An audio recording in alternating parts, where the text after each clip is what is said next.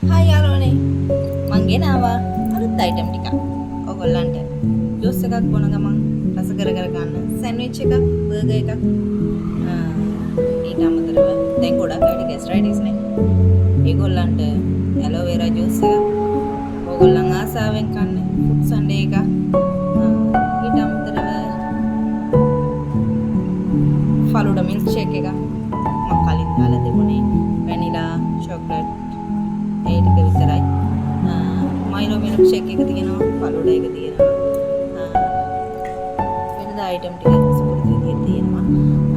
මේ දවස්වල දිවුල් වල තියෙනවා පැෂන් ෆෘට්